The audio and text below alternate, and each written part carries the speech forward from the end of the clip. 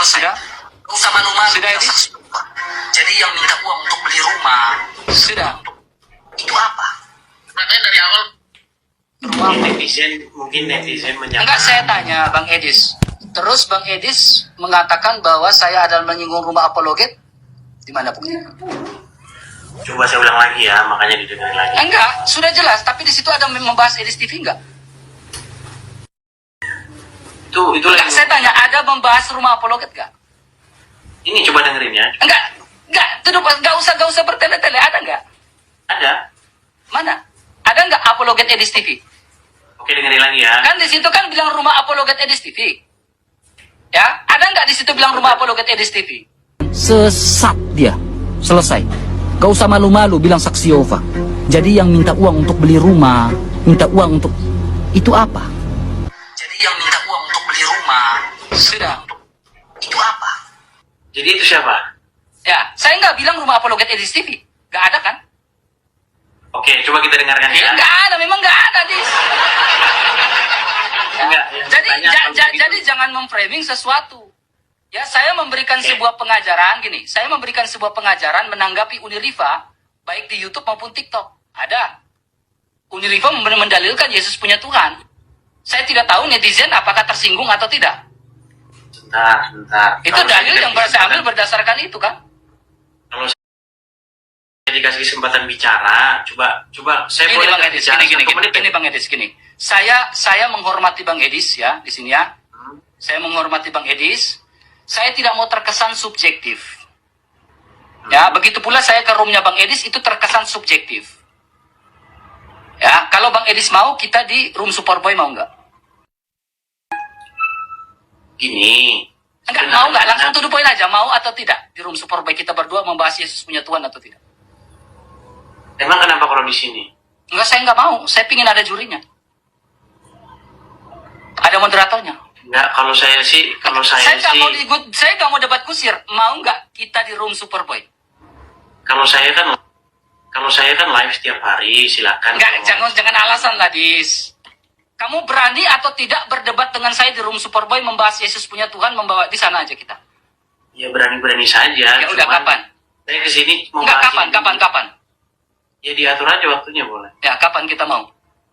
Boleh diatur waktunya. Ya, saya hubungi Superboy. Cuman saya mau Enggak, klarifikasinya aja. saya nggak usah bahas yang lain. Kita bahas tentang RK sebuah kan narasi. bilang katanya nggak pernah membahas rumah apologet. Ya, saya nggak bahas. Ternyata RK Adakah di situ narasi saya rumah apologet? Kalau gitu nih lagi ngomongin siapa? Ya, saya ngomongin siapa itu ada banyak kok. Siapa ya? Banyak kok hamba-hamba Tuhan yang membahas tentang itu, membahas tentang donasi dan lain-lain, banyak kok. Adakah saya bahas rumah apologet? Atau gini aja. Ada nggak kira-kira saya secara diizinkan eksplisit nggak? di situ rumah apologet Edis TV? Kira-kira itu siapa kalau gitu? Enggak, saya tanya. Ada nggak dalam narasi situ ada bilang rumah apologet Edis TV? Ada. Ya Sobat Waras, kembali lagi dengan Pahwil 88 Channel. Nah, kira-kira apa sih yang akan kita tanggapi dari perdebatan antara Edis TV dan RK? Memang beberapa hari ini kabar tentang RK mundur dari dunia apologet itu viral, dibahas di mana-mana, dan belum tahu persis apa penyebab RK mundur. Tetapi rupanya makin hari makin terlihat jelas RK mundur itu ternyata gara-gara Edis TV rupanya. Karena terlihat ya dalam video tadi bahwa RK dan Edis TV sedang berbicara mengenai rumah apologet, yang ternyata Edis TV ya tersinggung karena RK berbicara tentang bangun rumah.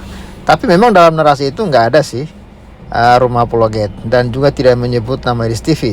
Tapi rupanya gara-gara video itu RK diserang habis-habisan sampai akhirnya dia memutuskan untuk berhenti berapologet. Ya entahlah kawan-kawan, saya tidak mau banyak komentar, tapi pesan saya sih kepada kawan-kawan sekalian, kita ya jangan terlalu mengkultuskan manusia. Karena Alkitab tidak pernah mengajarkan orang Kristen untuk mengkultuskan pendeta atau siapapun. Semua manusia itu penuh dengan kelemahan dan kekurangan, tidak sempurna. Hanya satu yang kita kultus, pribadi yang sempurna, tanpa dosa, tanpa cacat, yang bisa membebaskan kita dari dosa, kutuk, dan maut, yaitu Yesus Kristus, satu-satunya Mesias, anak Allah yang hidup. Dia Tuhan ya. Kalau sampai ada yang mengatakan bahwa Yesus bukan Tuhan, dia adalah penyesat. Dia adalah nabi palsu. Dia adalah pengajaran palsu. Makanya jangan mengikuti pengajar-pengajar yang mengatakan Yesus bukan Tuhan. Gimana menurut kawan-kawan? Anda setuju nggak? Ya, oke. Pesan saya sih kepada kawan-kawan, mari fokus. Jangan biarkan iblis mengambil keuntungan. Dan sebarkanlah kerajaan Allah, sebarkanlah berita Injil, setialah dan fokus melayani Tuhan. Tantangan, rintangan jangan membuat kita berhenti, karena tugas yang diberikan oleh Allah kepada kita yaitu beritakan Injil sampai ke ujung-ujung bumi. Terima kasih, dan terima kasih juga untuk kawan-kawan yang sudah support pelayanan Pahli Pedesaan. Support terus kawan-kawan. Rencana bulan Desember ini kita akan berbagi berkat dengan beberapa lansia di sekitar gereja, dan juga kepada hamba-hamba Tuhan. Beberapa hamba Tuhan yang sudah kita support, kita akan support mereka untuk kado Natal di bulan Desember ini. Jadi kawan-kawan, dukung pelayanan Pavel lewat nomor rekening yang ada di layar kaca. Terima kasih, salam waras dan bye-bye, shalom. Oke, halo Sobat Waras. Terima kasih untuk kalian semua yang sudah support pelayanan Pavel Pedesaan. Dan hari ini saya mengunjungi salah seorang hamba Tuhan yang sedang berjuang melayani pedesaan. Dan seperti program kita, berbagi berkat dengan teman-teman hamba Tuhan di desa, dan ini saya serahkan. Gembala, diterima walaupun tidak banyak, semoga bermanfaat untuk pekerjaan Tuhan. Terima kasih buat para donatur yang sudah memberkati kami dalam pelayanan gereja Tuhan yang ada di desa.